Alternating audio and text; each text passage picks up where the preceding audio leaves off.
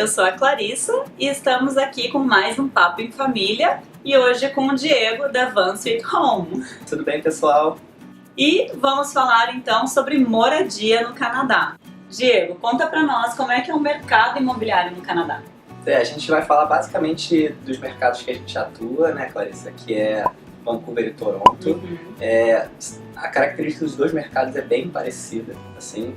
É um mercado muito dinâmico, onde a concorrência para alugar um lugar para você morar ela é altíssima, né? A demanda ela é muito maior do que a oferta desses mercados, então faz com que a gente vindo do Brasil como newcomers, né, como novos imigrantes, tenha uma dificuldade um pouco maior para poder buscar esse lugar para morar. Né? Então são dois mercados bem parecidos, assim, bem dinâmicos, bem rápidos, onde você precisa estar muito bem fundamentado, documentado para iniciar uma busca e conseguir o seu apartamento nessa cidade, né? O seu imóvel, na verdade, não só seu apartamento.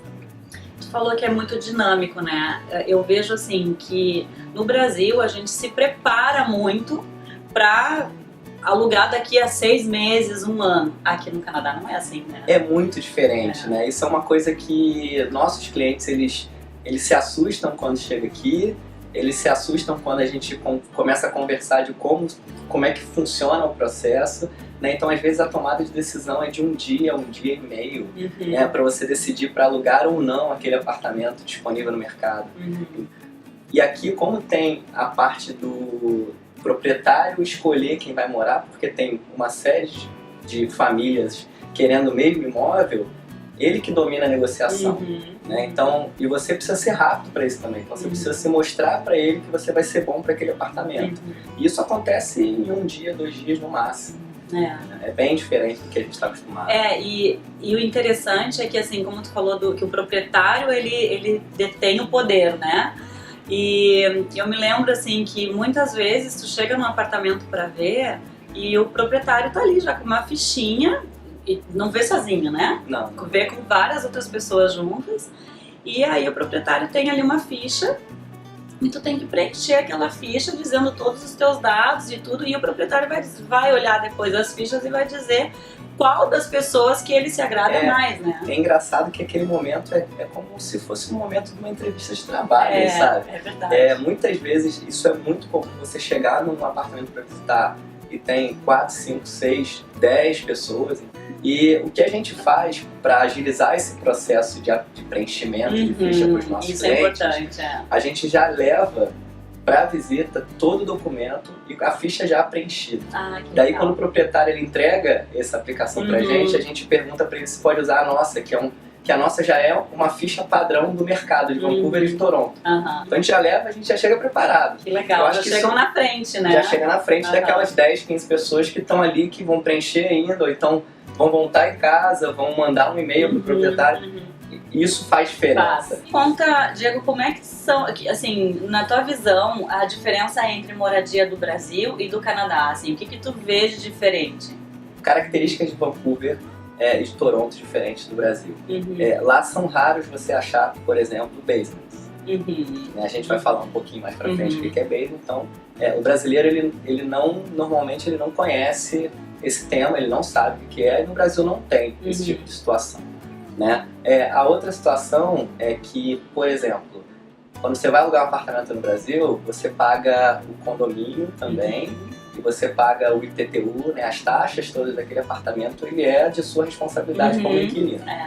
Aqui não, você só paga o aluguel e as contas de consumo dependendo da situação. Dependendo da situação, Dependendo né? da situação. Porque muitas dos aluguéis aqui, quando tu aluga, por exemplo, um basement, né? Como o Diego falou, geralmente já tá incluído luz, água, até internet, né? O que eles chamam de utilities, né? Utilidades, né? Então essas contas de consumo, normalmente, quando você aluga um basement, ele já está incluído, né? Uma outra diferença é que lá no Brasil a gente tem o conforto de ter a máquina de lavar roupa dentro de casa. Né? Aqui nem sempre a gente tem esse conforto. É verdade. Né? Nos prédios mais novos isso é bem comum, nos basements isso é bem comum, Mas, no geral, eu diria que é uma cidade que compartilha máquina de lavar e máquina de secar. Isso é interessante também, né? Quando eu cheguei aqui, eu achei bem diferente essa questão da gente não ter uma área de serviço. A gente não tem uma área de serviço. Não tem dentro do apartamento. Não tem o famoso tanque, o tanque, né? eu ia dizer pia. O tanque pra lavar, sei lá, alguma coisa que não vai na máquina de lavar, né? Não tem. Uma outra coisa que é raro também aqui, que a gente tem lá no Brasil, é a janela no banheiro, né? Mesmo aquelas mínimas janelas. É verdade. Então, aqui você não tem muito isso, né? São raros os banheiros que tem aquela janelinha pequena. É verdade. É verdade. Né? E aí eles devem estar perguntando, tá, mas e aí? Como é que faz, né?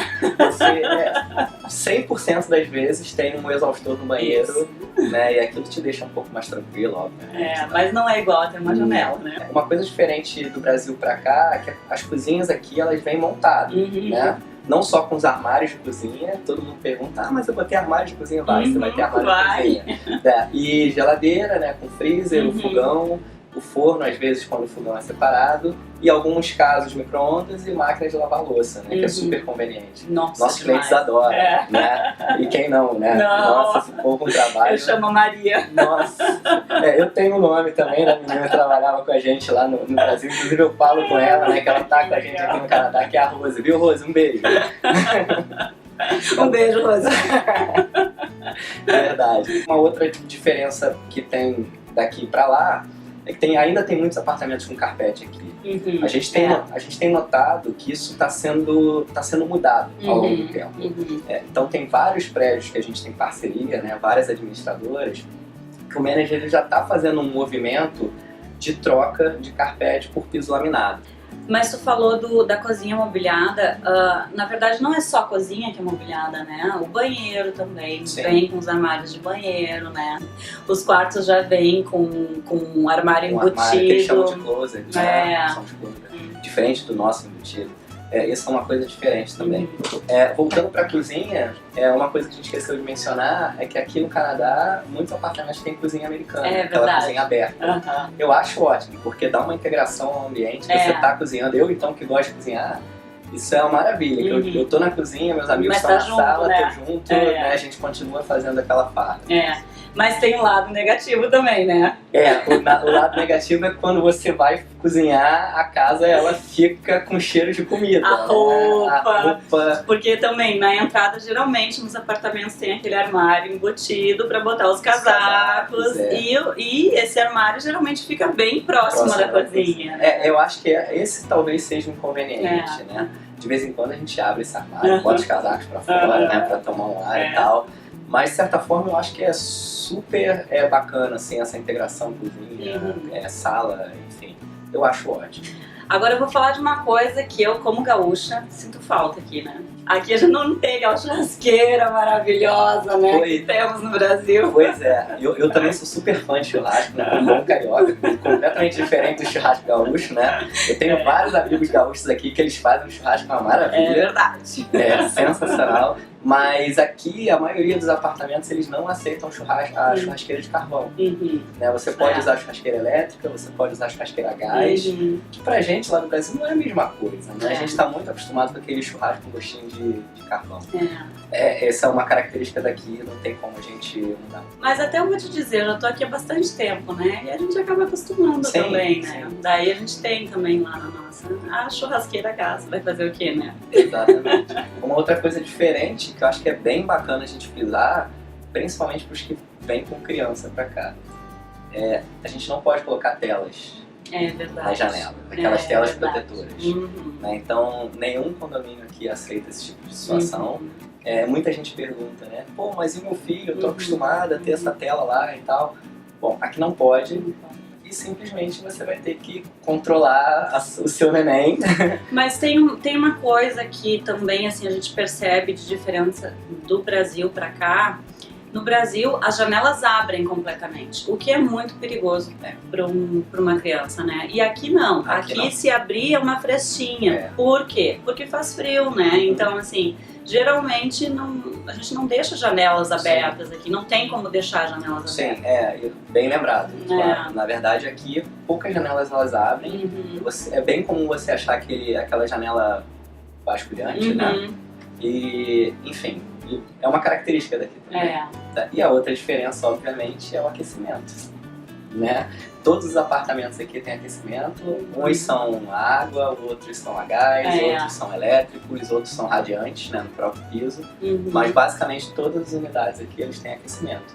Diferente da gente lá, que eu acho que até no sul, eu não sei como é que funciona, lá no Rio nenhum tem, seguro, né? Mas, e alguns aqui têm ar-condicionado também, mas são raros, mas não, no sul a gente também não tem o aquecimento que nós temos aqui, a gente passa frio. Pois é.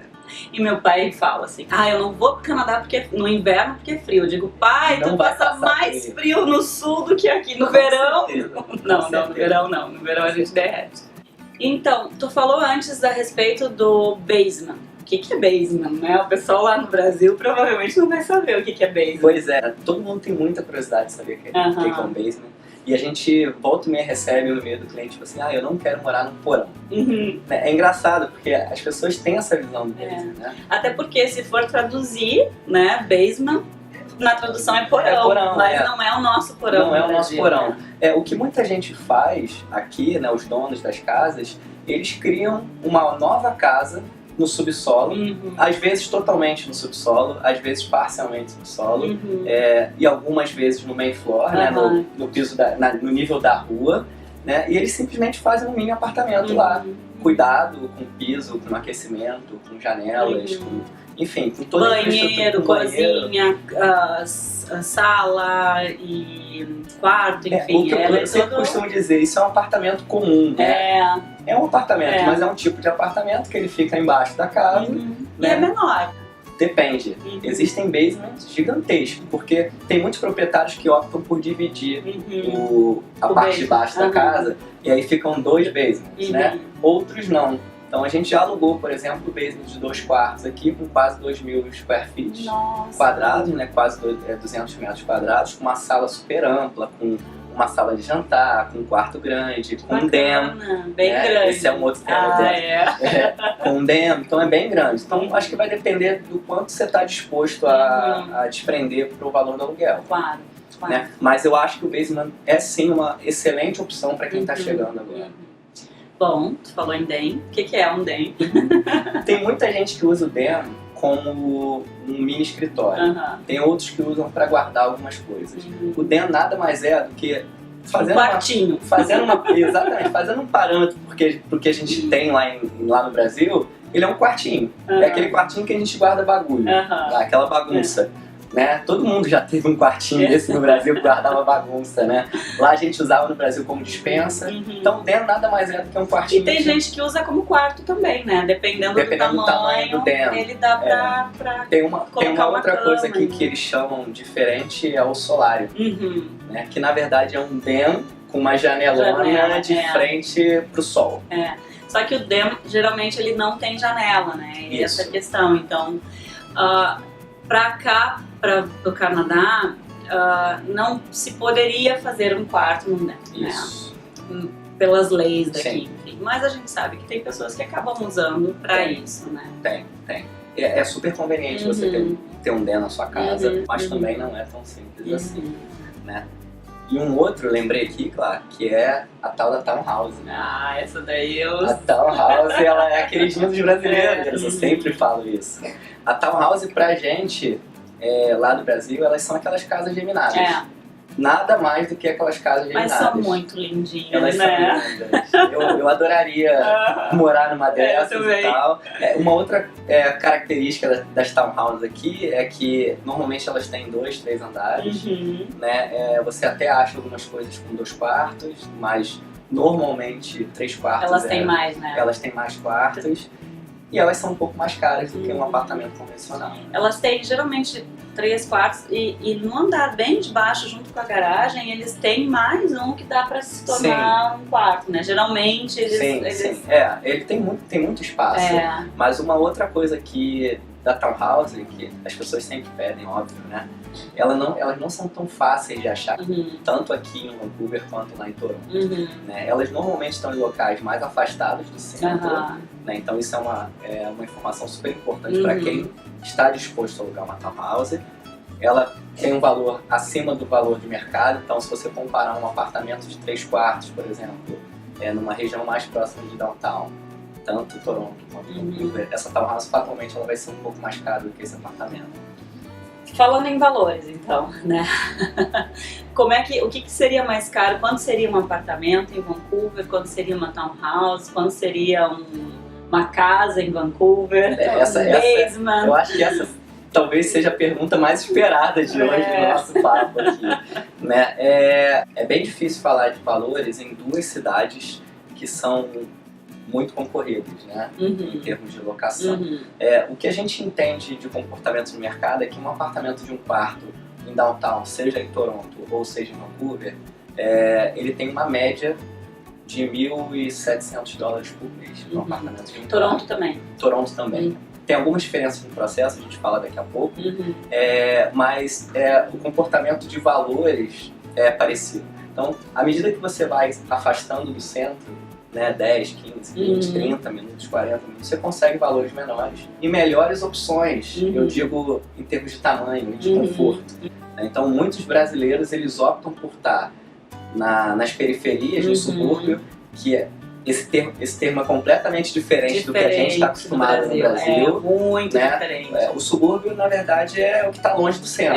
Aqui, né? Aqui. Né? E muita gente, na verdade, sei lá, talvez 80% das pessoas que trabalham em downtown, elas moram fora de downtown. Downtown é caro. É bem caro.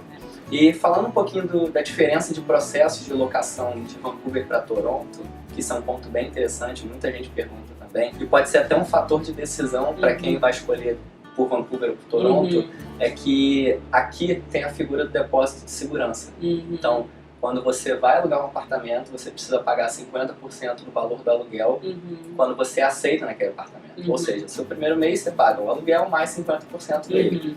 Lá em Toronto não existe isso. Olha. Não tem o depósito de segurança. As Mas pessoas devem perguntar, e aí, cadê? Eles pedem mês adiantados. Então, por exemplo, você vai chegar no processo de locação, aí o landlord ou o gerente do edifício ele vai te ligar falando que você foi aceito, uma condição de você pagar 3, 4, 5, 6 meses adiantados. E normalmente esses 6 meses adiantados, eles são o primeiro mês do aluguel e os outros meses de trás. Então você tem um contrato de 12 meses, você paga nesse contrato o primeiro mês, aí você paga o 12º, 11º, o 10º, o 9º, o 8º, enfim, até que quando você começar a pagar, você chega nesses meses e ele garante que você vai cumprir o seu contrato até o final. Entendi, inteligente. E caso você tenha que sair por algum motivo, ele vai reter esses valores. Agora explica para o pessoal no Brasil o que também é esse depósito de segurança aqui que nós pagamos em BC, né? Legal. Isso é uma coisa também que quando eu cheguei eu achei super estranho, né? No Brasil a gente tem a figura do fiador, aqui em BC, né? A gente não tem. Não tem. Exatamente, você não precisa de fiador, você não precisa de ninguém para assinar por você falando que você vai pagar. Não, mas geralmente precisa de alguém que vá dar uma referência sua, né? Referência sempre, né? Mas fiador nunca. Se você deixar de pagar, eles não vão atrás dessa referência para pagar. Então esse depósito de segurança é exatamente para isso. É a segurança que eles têm caso aconteça alguma coisa como uma quebra de contrato, como um dano no apartamento, que você faça, eles retêm esse valor com eles como segurança, como o próprio depósito, o nome do depósito diz. Né? Aqui, na verdade, não tem essa garantia que ele vai receber o valor. Mas como é uma sociedade baseada na confiança, o depósito de segurança basta. Que no final, caso você opte por sair do apartamento depois do tempo de contrato, no caso 12 meses, você tem o retorno desse valor, caso o apartamento não esteja com nenhum dano. Né? Se ele estiver na mesma situação que você pegou, você retorna esse valor. E como tu disse, né? A sociedade aqui é baseada em confiança, né? E aí, então, assim, eles vão querer, sempre vão pedir referência, a referência vai ser... Né? Vai ser a pessoa que vai dizer quem tu é. Não é que nem no Brasil que vai lá o CPF, né? Não é isso. É a pessoa que é a tua referência, né? Isso é uma característica muito daqui, né? Eu mesmo, até como amigo dos meus clientes que eu fico, eles colocam meu telefone para N referência, então eu recebo milhares de ligações do tipo, você conhece a pessoa? O que você acha dessa pessoa? Ela falou que ela veio com você, ela é uma boa pessoa, então eles checam de verdade. Então, no momento que você quebra um contrato de um apartamento, você perde a referência daquele manager e o pior, se aquele prédio fizer parte de uma administradora, ou seja, que tem vários prédios, fatalmente você não vai alugar apartamento nenhum daquela administradora. Então, é uma perda de confiança. Nossa, demais. E 12 meses passa muito. Passa. Pode dar pra... Dá pra segurar. Dá, né? Obrigada, Diego, por participar desse quadro Papo em Família, né? A gente, como parceiro, a gente acaba sendo uma família aqui também, né? Se ajudando, enfim. Obrigada por estar aqui com a gente. É verdade. Eu que agradeço a você, a toda a equipe da Boreal. A gente se sente em casa quando a gente vem aqui. A gente adora participar de tudo que vocês fazem. A gente se sente abraçado e realmente parte dessa família Boreal. Obrigado. Que legal. Se gostaram do vídeo, deem um like. Se tiverem dúvidas, como o Diego disse, deixem um comentário aí que a gente responde. A equipe do Diego também vai responder. Se não se inscreveram no nosso canal, aproveitem para se inscrever. E se quiserem receber as notificações de novos vídeos, cliquem no sininho também, tá? Te aguardamos no próximo programa. Tchau! Vou cortar aqui, vou cortar a edição. Não. Todos aceitam, às vezes, né? Então vou cortar. Todos aceitem, gente. Ela vem com máquina de lavar. Máquina de lavar na cozinha? Não, né, galera? Então, vamos lá. O que mais? Eu acho ótimo. Entrega. Corta. Depende, na verdade. Você pode repetir o que eu falei. É bem difícil falar de valores numa cidade. Vou cortar. Né? E você consegue valores melhores. Você consegue valores melhores. Não é isso que eu quero falar. Eu tô com menores. Menores. É um fator decisório. Vou cortar ele. Do 12º, 11º, 10º. Ops. Demorou. Vou fazer aqui, peraí. Deu uma coceira.